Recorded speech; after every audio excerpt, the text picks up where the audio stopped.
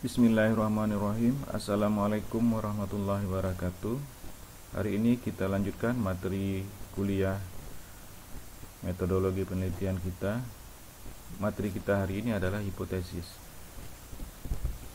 Hipotesis adalah jawaban atau dugaan sementara terhadap pertanyaan penelitian.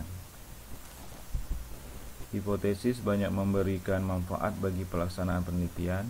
Manfaat tersebut antara lain dalam hal verifikasi data, terutama dalam menetapkan instrumen yang digunakan, teknik analisis data, dan menetapkan sampel penelitian.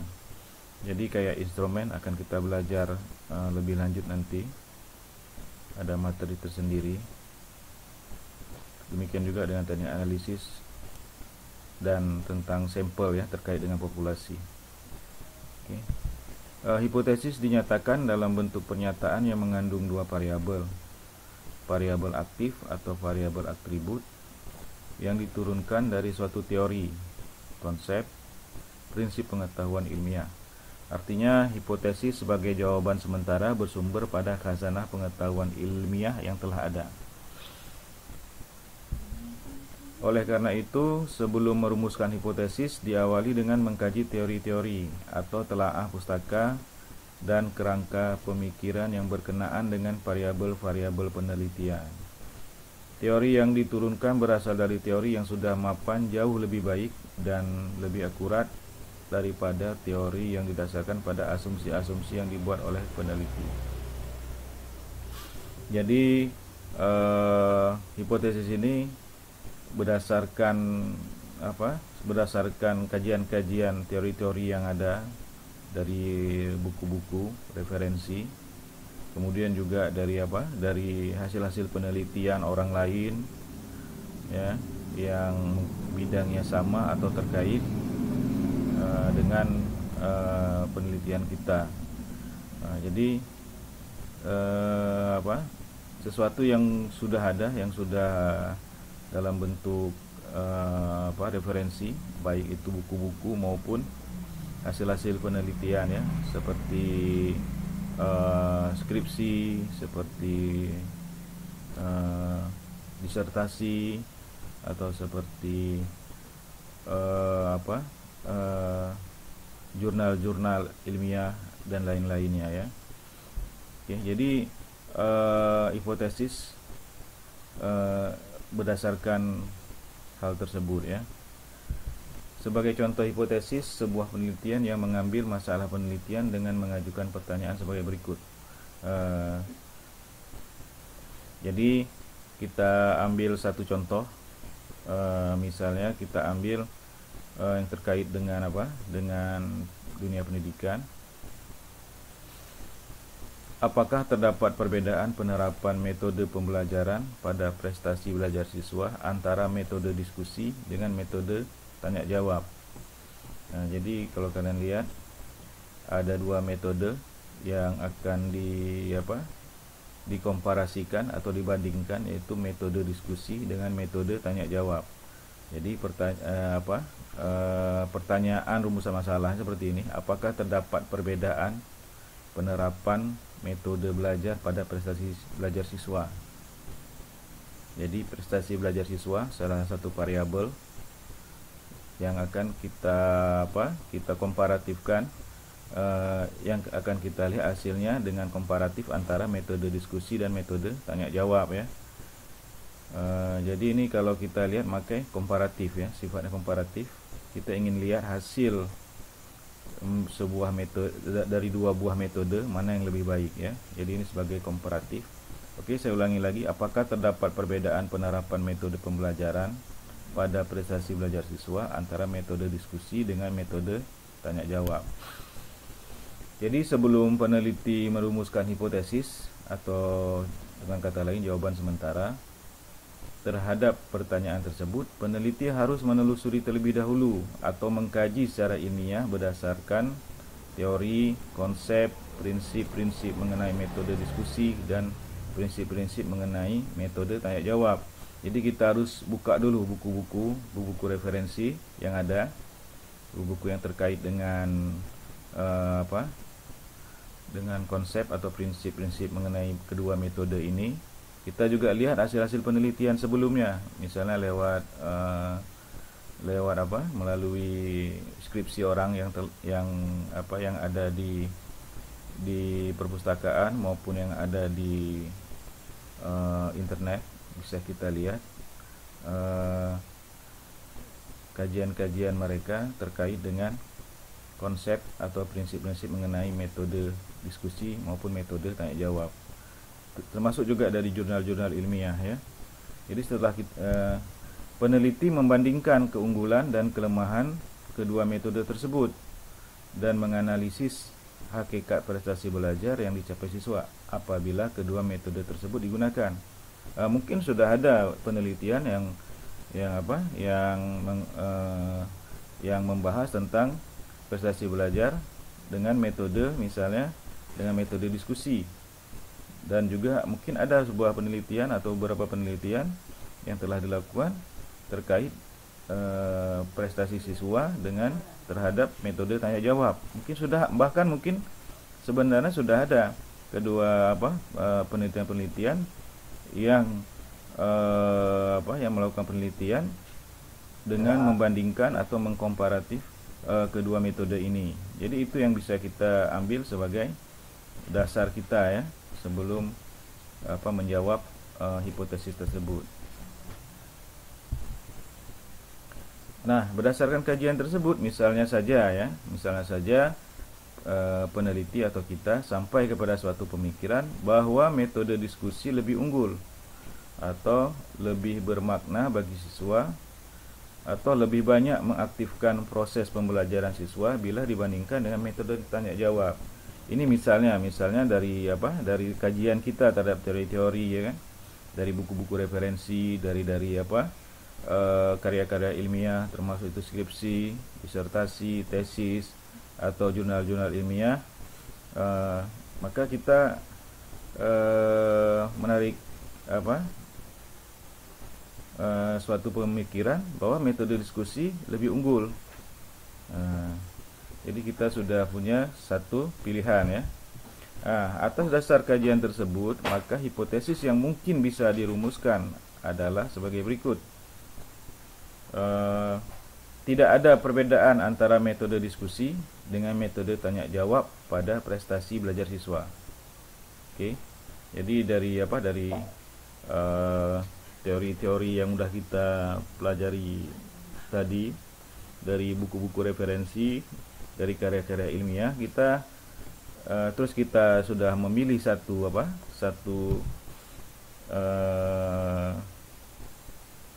pemikiran bahwa metode diskusi lebih unggul, lebih bermakna bagi siswa, lebih banyak mengaktifkan proses pembelajaran siswa bila dibandingkan dengan metode tanya jawab. Maka hipotesis yang bisa kita rumuskan adalah sebagai berikut. Tidak ada perbedaan antara metode diskusi dengan metode tanya jawab pada prestasi belajar siswa. Oke. Yang kedua adalah hipotesis yang kedua adalah ada perbedaan efek dari metode mengajar yang digunakan guru pada prestasi belajar yang dicapai siswa. Kemudian hipotesis selanjutnya, efek metode mengajar diskusi pada prestasi belajar siswa lebih tinggi atau baik daripada metode tanya jawab. Nah, bisa dipahami. Jadi saya ulangi lagi. Tadi kita sudah mengambil contoh ya. Jadi kita ambil contoh, apakah terdapat perbedaan penerapan metode pembelajaran pada prestasi belajar siswa antara metode diskusi dengan metode tanya jawab ya. Kemudian kita melakukan kajian-kajian ya kan. Kita baca buku-buku referensi, kita baca skripsi, kita baca juga karya-karya ilmiah seperti jurnal ilmiah dan lain sebagainya ya kan. Akhirnya kita ada satu pemikiran bahwa metode diskusi lebih unggul, lebih bermakna bagi siswa, lebih banyak mengaktifkan proses pembelajaran siswa bila dibandingkan dengan metode tanya jawab. Dari situlah maka kita bisa membuat atau apa menelurkan hipotesis ya yang mungkin ya, yaitu satu, tidak ada perbedaan antara metode diskusi dengan metode tanya jawab pada prestasi belajar siswa. Oke. Jadi sini tidak ada perbedaan, artinya sama ya. Kemudian yang kedua itu atau yang B-nya, ada perbedaan efek dari metode mengajar digunakan guru pada prestasi belajar yang dicapai. Nah, jadi yang dilihat ini secara umum ya, ternyata dengan dua metode ini ternyata ada perbedaan efek, ya kan? Tapi sebenarnya belum jelas. Nah, kita lihat yang apa? Yang C-nya. Efek metode mengajar diskusi pada prestasi belajar siswa lebih tinggi atau lebih baik daripada metode tanya jawab. Nah, di sini yang C lebih mengarah kan. Kalau yang A tadi apa? Tidak ada perbedaan, ya kan? Kalau yang B-nya ada perbedaan tapi dia cuma membandingkan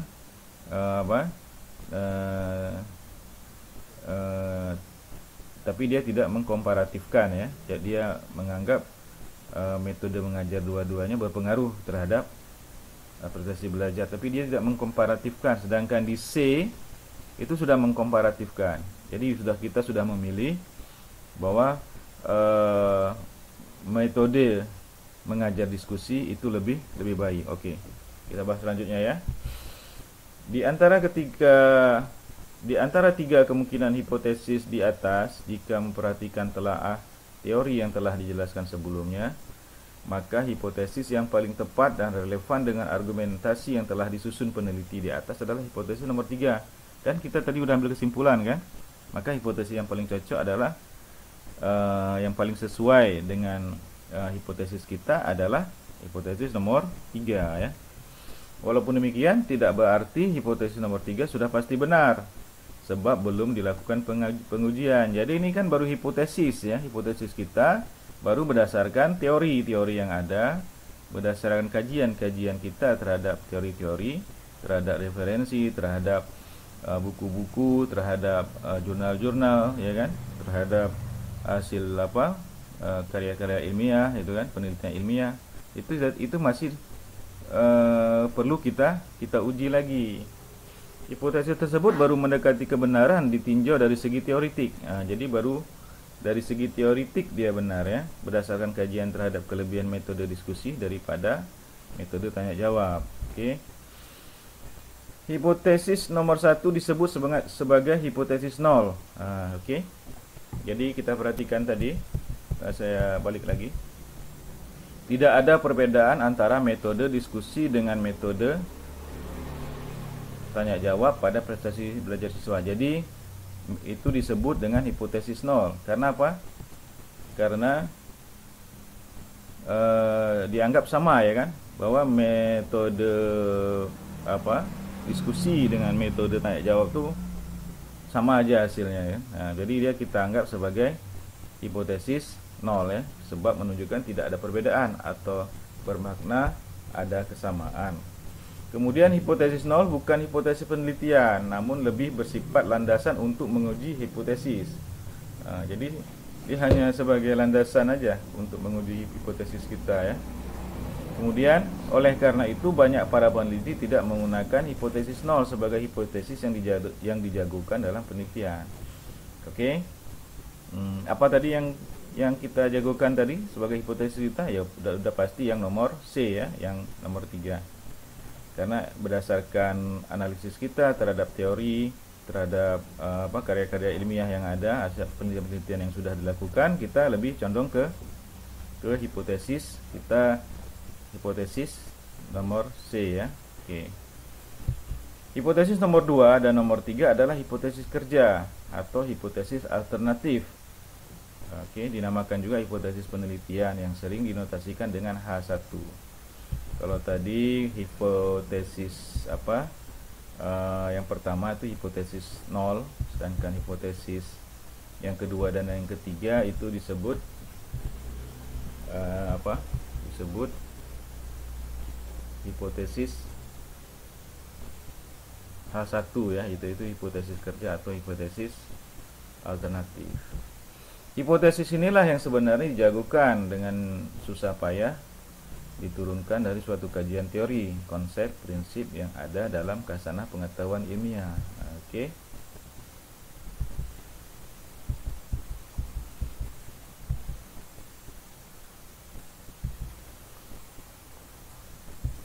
Pengujian diterima atau tidaknya hipotesis penelitian atau hipotesis kerja atau H1 hanya dapat dilakukan dengan cara menguji hipotesis nolnya. Oke, jadi di sini dia ya, kalian perlu pahami, kalian perlu ada penekanan di sini. Pengujian diterima atau tidaknya hipotesis penelitian atau hipotesis kerja atau H1 ya, hanya dapat dilakukan dengan cara menguji hipotesis nol, ya kan? Kalau hipotesis nolnya benar atau betul, atau berarti hipotesis kita yang salah, ya kan? Tapi kalau hipotesis nolnya salah, berarti kita yang benar, ya. Oke, kita lanjut ya. Apabila hipotesis nol ditolak, berarti hipotesis kerja diterima. Istilah seperti itu ya. Apabila hipotesis nol ditolak, berarti hipotesis kerja diterima. Hal ini berarti sesuai dengan harapan kita ya, harapan peneliti. Demikian juga sebaliknya, jika hipotesis nolnya diterima, maka hipotesis kerjanya atau H1-nya ditolak, sehingga tidak sesuai dengan harapan kita, harapan peneliti ya. Hipotesis nomor 2 sekalipun termasuk hipotesis kerja sebenarnya masih kurang tajam. Hal ini disebabkan tidak bisa menentukan metode mengajar yang mana yang mempunyai efek terhadap prestasi belajar siswa. Tadi sudah kita jelaskan, dia seperti tidak mengkomparatifkan, dia secara umum aja. Ternyata apabila kita menggunakan metode diskusi dan metode nanya jawab, itu akan terjadi perbedaan gitu kan. Tapi dia tidak mengkomparatifkan keduanya ya kan, antara metode diskusi dan metode tanya jawab, sehingga kurang tajam. Kalau dalam penelitian ini seperti kita ragu-ragu gitu kan, seperti kita ada ketidakyakinan gitu kan, mana yang lebih baik. Nah, oke. Rumusan hipotesis tersebut dapat mengandung dua kemungkinan, yaitu kemungkinan pertama, metode diskusi lebih tinggi efeknya daripada metode tanya jawab, dan kemungkinan kedua bisa juga metode tanya jawab lebih tinggi efeknya daripada metode diskusi. Hipotesis seperti ini dinamakan hipotesis yang tidak mengarah. Jadi dalam istilah penelitian, hipotesis yang seperti ini dinamakan hipotesis tidak mengarah. Oke ya. Biasanya hipotesis yang tidak mengarah menunjukkan bahwa peneliti kurang tajam dalam menganalisis teori, ya, sehingga masih ada keraguan-raguan dalam menentukan variabel mana yang lebih unggul. Jadi dia sebenarnya masih belum yakin ya, atau masih kurang mungkin referensi yang dia pakai ya. Jadi dia masih harus atau dia tidak mendapat referensi yang pas ya, sehingga peneliti masih ragu-ragu ya, masih tidak yakin dalam menentukan variabel mana yang lebih unggul ya. Jadi kalau begini dia harus lebih banyak mencari referensi lain, baik itu buku-buku, karya ilmiah ya kan, skripsi atau tesis atau disertasi orang, sehingga dia punya keyakinan untuk menentukan variabel mana yang lebih unggul. Nah ya, atau dia mungkin bisa berdiskusi juga dengan pakar ya, pakar di bidang ini ya. Peneliti baru menentukan bahwa variabel tersebut dalam contoh di atas, variabel metode mengajar akan memberi efek terhadap prestasi belajar. Jadi dia tidak menentukan salah satu metodenya ya, tapi dia menganggap kedua metode itu berefek ya terhadap prestasi belajar. Oke. Hipotesis nomor 3 menunjukkan ketajaman peneliti dalam mengkaji teori, konsep, prinsip pengetahuan ilmiahnya, sehingga dapat menentukan bahwa variabel tertentu lebih unggul daripada variabel lainnya. Dalam contoh di atas, peneliti sanggup memberikan argumentasi teoritik sampai kepada suatu dugaan bahwa metode diskusi punya efek yang lebih tinggi daripada metode tanya jawab ya.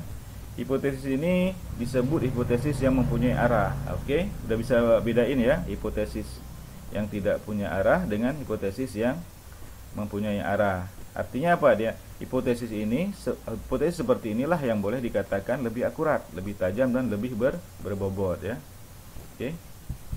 Ketika ketiga hipotesis yang dicontohkan di atas maknanya bisa dinyatakan dalam bentuk persamaan matematis ya. Oke. Jadi kita lihat tadi kalau hipotesis pertama itu kita sebut HO ya, atau hipotesis nol.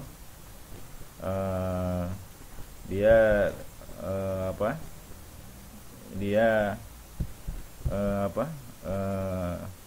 menyatakan bahwa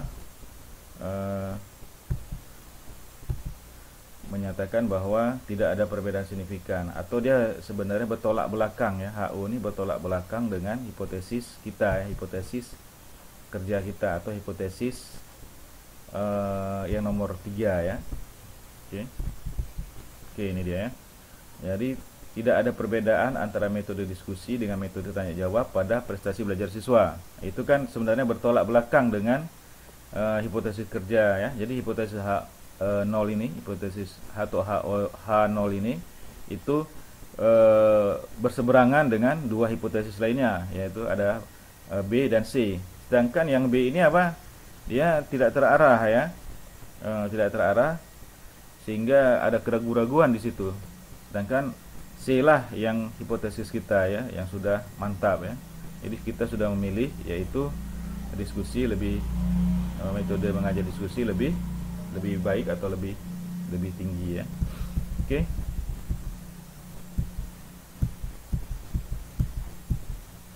Oke, ketiga hipotesis yang dicontoh di atas maknanya bisa dinyatakan dalam bentuk persamaan matematika atau matematis ya, sebagai berikut. Jadi ini supaya pensimbolan sehingga kita gampang aja.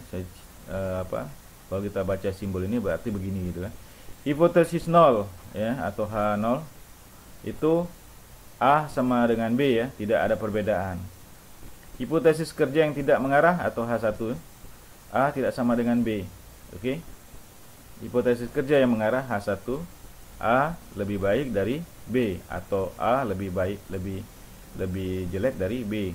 Kalau di sini kita diskusi lebih baik daripada tanya jawab ya. Oke. Kebenaran suatu hipotesis memerlukan pengujian melalui data empiris yang diperoleh dari lapangan, yaitu data hasil pengukuran dari variabel-variabel penelitian setelah menempuh prosedur penelitian. Dalam contoh di atas, data yang dibutuhkan adalah data tentang prestasi belajar dari dua kelompok yang relatif sama. Perbedaannya hanyalah pada metode mengajar. Oke.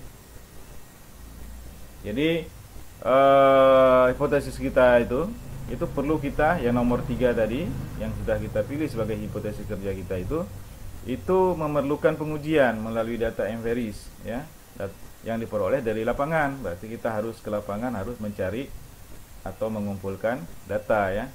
Itu data hasil pengukuran dari variabel-variabel penelitian setelah menempuh prosedur penelitian. Oke. Dalam contoh di atas yang dibutuhkan adalah data tentang prestasi belajar. Jadi variabel prestasi belajar siswa ya. Ya kan? Dari dua kelompok yang relatif sama ya kan?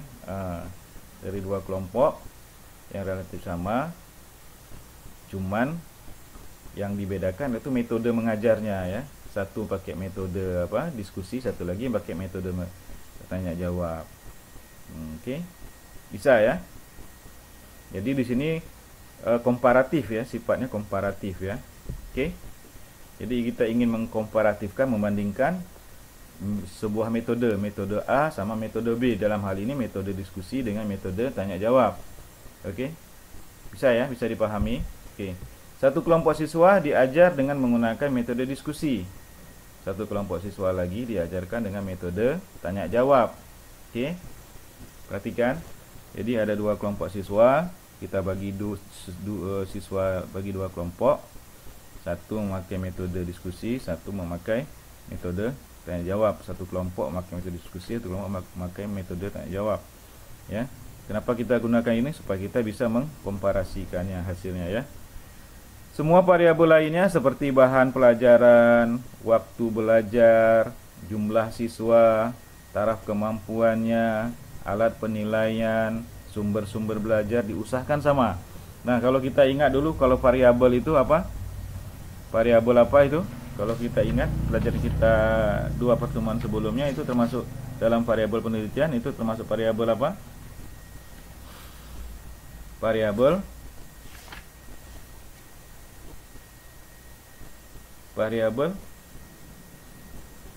kontrol ya. Jadi waktu belajar, jumlah siswa, taraf kemampuan, alat penilaian, sumber-sumber belajar itu diusahakan sama ya. Nah, itu disebut apa? Variabel kontrol. Itu yang kita kontrol kan. Masih ingat ya? Dulu kita ambil contoh anak keterampilan mengetik, kita bandingkan antara anak SMK sama anak SMA ya. Oke, udah masih ingat ya? Jadi di sini yang jadi variabel kontrolnya adalah bahan pelajaran, waktu belajar, jumlah siswa, dan taraf kemampuannya. Alat penilaian, sumber-sumber belajar diusahakan sama. Ini yang sebagai variabel kontrol ya. Oke. Sedangkan yang sebagai komparatifnya adalah metode belajarnya ya, metode dengan diskusi dan metode dengan tanya jawab. Oke ya, masih ingat ya? Oke, dengan membandingkan prestasi belajar yang dicapai dari dua kelompok siswa tersebut dan kemudian menguji perbedaan tersebut dengan statistik, misalnya uji T. Oke, mungkin kalian sudah mengambil statistik atau mungkin juga belum ya. Peneliti dapat menentukan metode mana yang memberikan efek pada prestasi belajar siswa. Oke ya, bisa dipahami ya. Oke, menyatakan hipotesis tidak saja harus tajam. Jadi kita membuat hipotesis itu tidak saja harus tajam dan jelas rumusannya. Jadi tidak hanya tajam dan jelas rumusannya, tapi juga bahkan yang lebih penting adalah makna yang terkandung dalam variabelnya. Oke. Apabila hipotesis menyatakan hubungan baik kausal maupun hubungan fungsional, hubungan tersebut harus logis dan rasional menurut kaidah pengetahuan ilmiah ya, menurut logika ya. Artinya apa? Artinya didukung oleh dan sesuai dengan pengetahuan keilmuan. Jadi harus logis dan rasional juga. Jadi tidak hanya harus tajam dan jelas rumusannya, tapi juga harus logis dan rasional. Oke, kita ambil contoh ya. Misalnya tidak ada alasan yang rasional untuk menyatakan terdapat hubungan yang berarti di antara tinggi badan dengan prestasi belajar, sekalipun berdasarkan pengujian statistik menunjukkan koefisien korelasi cukup tinggi. Misalnya gini, pemimpin yang berprestasi adalah pemimpin yang ukuran tubuhnya pendek misalnya. Misalnya kita ambil contoh Yusuf Kala ya kan, kita ambil contoh misalnya Hitler yang juga nggak terlalu tinggi ya, kemudian Napoleon dan lain-lainnya. Nah, atau kita lihat di sebuah sekolah ternyata anak-anak yang badannya pendek ternyata lebih pintar ya kan, daripada umumnya anak-anak yang lebih tinggi gitu kan. Nah, itu nggak bisa karena apa? Tidak logis, tidak ada sandaran ilmiahnya ya. Jadi dan tidak rasional ya. Oke, jadi itu tidak dapat ya. Kalau dulu sering jadi anekdot itu kalau pemimpin yang lebih pendek lebih bagus jadi pemimpin, orang lebih pendek lebih bagus jadi pemimpin karena antara otak sama hatinya lebih dekat daripada orang yang panjang. Kalau orang panjang antara otak sama hatinya lebih jauh gitu kan. Nah, jadi itu tidak rasional ya, membandingkan tinggi badan dengan prestasi belajar atau dengan kemampuan memimpin. Walaupun banyak contoh-contoh pemimpin yang bertubuh pendek ya, yang sukses seperti Napoleon dan lain-lain. Oke. Jadi harus rasional ya, harus ilmiah, harus logis gitu ya. Oke, terdapat beberapa ciri hipotesis yang baik, antara lain hipotesis dinyatakan dalam kondisi tertentu, misalnya dalam kondisi kemampuan siswa yang relatif sama, prestasi belajar siswa yang diajarkan dengan metode diskusi lebih tinggi daripada siswa yang diajarkan dengan metode tanya jawab ya. Jadi kondisinya harus sama atau variabel kontrolnya kita kontrol betul-betul ya. Oke, variabel kontrolnya sama ya. Kemudian hipotesis tidak bertentangan dengan teori yang telah mapan ya. Misalnya siswa yang memiliki intelijen tinggi menunjukkan prestasi belajar lebih rendah daripada siswa yang mempunyai intelijen rendah. Sekalipun data empiris dan pengujian statistik menunjukkan bukti-bukti yang menerima hipotesis tersebut, namun kebenarannya sangat diragukan sehingga perlu dikaji kembali agar tidak jadikan kesalahan dalam menarik kesimpulan ya. Misalnya contoh tadi ya. Kemudian hipotesis harus mempunyai kekuatan untuk dapat menjelaskan suatu gejala. Artinya variabel-variabel yang ada dalam hipotesis tersebut menyatakan hubungan yang rasional ya, sehingga dapat memberikan penjelasan terhadap pemecahan masalah yang relevan. Oke ya. Kemudian hipotesis harus dapat diuji. Hal ini mengandung arti bahwa variabel-variabelnya dapat diukur secara cermat dengan menggunakan alat ukur yang dibuat peneliti serta mampu memberikan hasil pengukuran objektif. Oke. Ini nanti kita akan pelajari lebih lanjut di materi yang lain. Hal ini dapat dilakukan apabila variabel yang diukur dapat dirinci indikator-indikatornya berdasarkan konsep-konsep yang terdapat dalam variabel tersebut. Oke, dalam penelitian pendidikan tertentu tidak selalu menuntut adanya hipotesis. Jadi tidak mesti ada hipotesis ya. Misalnya penelitian yang berfungsi untuk memperbaiki pembelajaran, pemecahan masalah ataupun untuk perumusan kebijakan, peneliti cukup dengan membuat pertanyaan-pertanyaan penelitian sebagai acuan dasar dalam mencari jawaban terhadap pemecahan masalah tersebut. Jadi tidak semua perlu hipotesis, tidak semua penelitian perlu hipotesis. Ada penelitian-penelitian yang tidak perlu hipotesis ya. Oke. Jadi tidak setiap penelitian harus merumuskan hipotesis. Penelitian yang bersifat eksploratif dan deskriptif seringnya ya tidak perlu merumuskan hipotesis. Oke, pada penelitian kualitatif tidak dirumuskan hipotesis ya. Jadi kalau kita berbicara tentang penelitian kuantitatif, ini kalau dia di penelitian kualitatif malah tidak dirumuskan hipotesis, tapi justru diharapkan dapat ditemukan hipotesis. Ya, itu dia ya. Jadi pada penelitian kuantitatif tidak dirumuskan hipotesis, tapi justru diharapkan dapat ditemukan hipotesis. Selanjutnya, hipotesis tersebut akan diuji oleh peneliti dengan menggunakan pendekatan kuantitatif. Jadi kalau di kualitatif tidak dirumuskan hipotesis ya. Tapi biasanya dia justru menemukan hipotesis. Selanjutnya nanti hipotesis tersebut akan diuji oleh peneliti dengan menggunakan pendekatan kuantitatif. Oke, ada satu hipotesis lagi ya. Jadi hipotesis supaya kalian tidak rancu, sering kita dengar ada istilah hipotesis penelitian yang kita bahas tadi.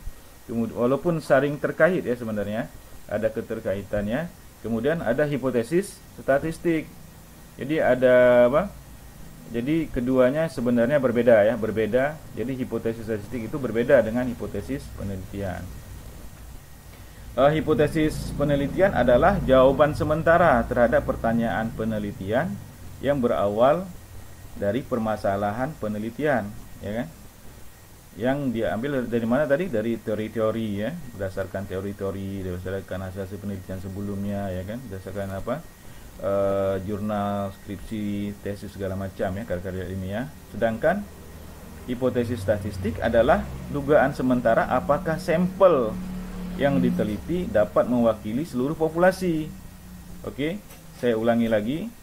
Hipotesis penelitian adalah jawaban sementara terhadap pertanyaan penelitian yang berawal dari permasalahan penelitian.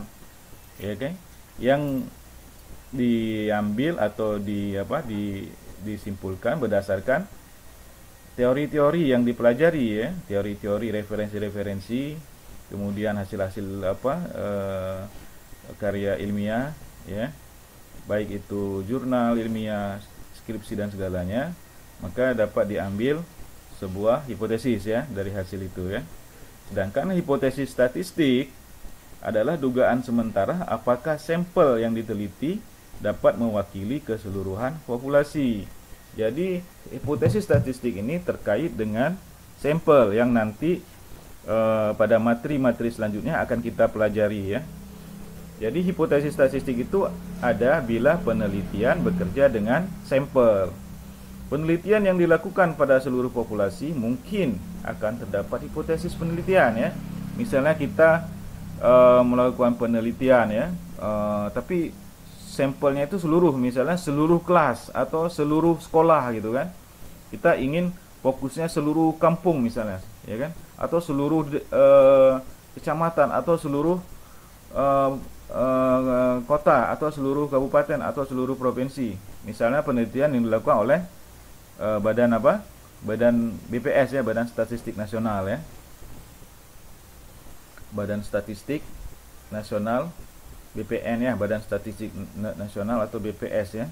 Mereka melakukan penelitian itu keseluruhan populasi umum biasanya ya. Data seluruh jumlah penduduk Indonesia ya kan. Data tingkat pendapatan seluruh rakyat Indonesia. Nah, penelitian dilakukan pada seluruh populasi, mungkin itu sebagai contoh tadi ya. Mungkin akan terdapat hipotesis penelitian. Mereka akan mungkin ada hipotesis penelitian, tapi tidak akan ada hipotesis statistik. Kenapa? Karena mereka tidak mengambil sampel, tapi mereka mengambil seluruh populasi sebagai sasaran penelitian ya. Jadi seluruh populasi.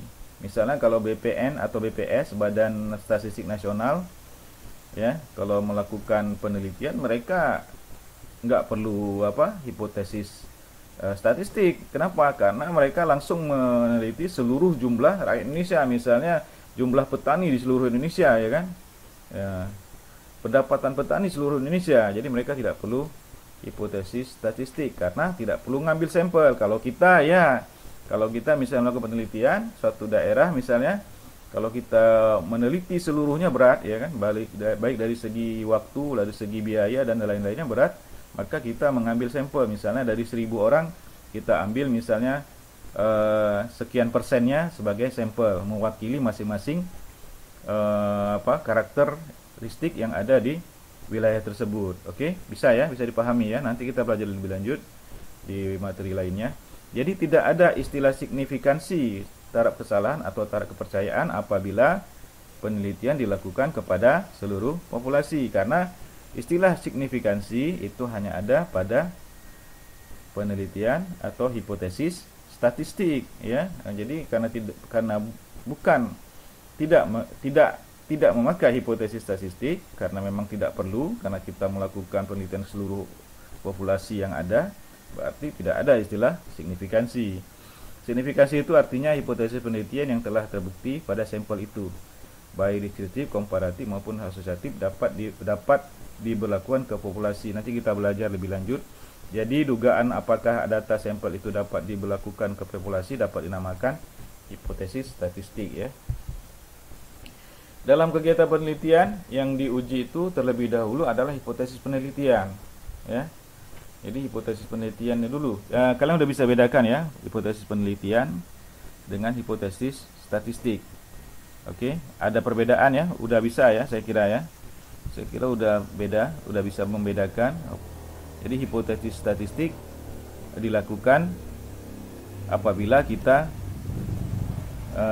melakukan penelitian terhadap satu populasi, tapi kita tidak melakukan tidak mengambil data seluruhnya, tapi kita mengambil data perwakilannya atau sampelnya ya. Nanti kita pelajari lebih lanjut.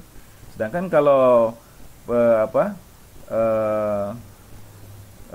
hipotesis penelitian tadi sudah kita bahas ya kan. Oke, bisa bedain ya.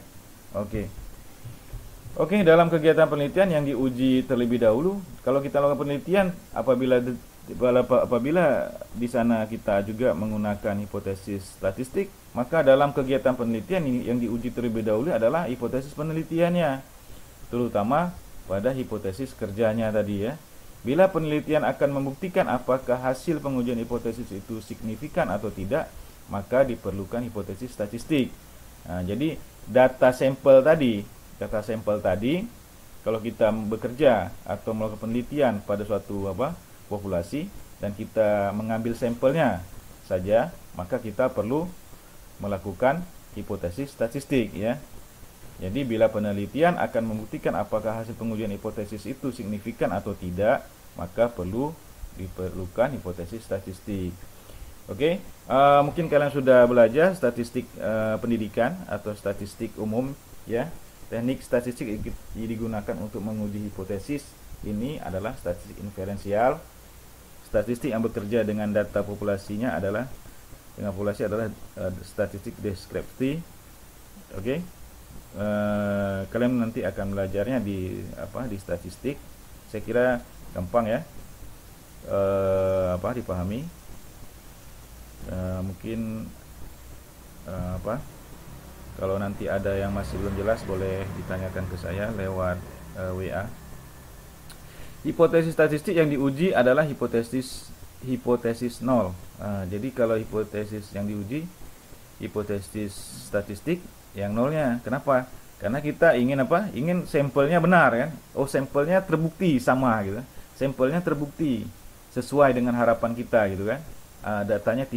Datanya terbukti mewakili populasi gitu kan. Data sampel yang telah kita ambil ya kan, dari misalnya ada 1000 kakak kepala keluarga, kemudian kita ambil sampelnya sekian persen, dan sampel itu sudah mewakili dari pengujian statistiknya telah dapat dipertanggungjawabkan ya kan, dapat valid, boleh dikatakan valid, telah dapat mewakili keseluruhan populasi ya. Oke, bisa dipahami ya.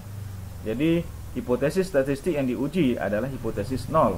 Karena apa? Karena kita pingin data kita sama hasil yang kita harapkan adalah sama, terbukti ya, valid gitu kan. Kalau nanti ada perbedaan berarti data kita tidak bisa mewakili populasi ya kan. Bisa dipahami ya. Karena peneliti tidak berharap ada perbedaan antara sampel dan populasi atau statistik dan parameter ya. Jadi kalau ternyata sampel yang kita ambil ternyata tidak sesuai, tidak mewakili dari populasi berdasarkan pengolahan statistik kita. Jadi ya berarti data tersebut tidak bisa kita gunakan. Bisa aja karena jumlah datanya kurang ya kan, atau cara pengambilan sampelnya, pemilihan sampelnya tidak bagus atau kurang benar ya kan, dan lain-lain, banyak hal ya. Sehingga sampel yang kita ambil tidak dapat mewakili populasi yang ada, atau sekian persen kakak yang kita ambil datanya tidak bisa mewakili 1000 kepala keluarga misalnya di desa tersebut atau di kecamatan tersebut. Oke, bisa dipahami ya. Jadi di sini parameter itu adalah ukuran-ukuran berkenaan dengan populasi, sedangkan statistik ukuran-ukuran berkenaan dengan sampel. Oke, demikianlah kuliah kita hari ini. Seperti saya bilang tadi, kalau ada yang kurang jelas boleh kalian tanyakan lewat WA. Kita tutup aja kuliah kita hari ini. Assalamualaikum warahmatullahi wabarakatuh.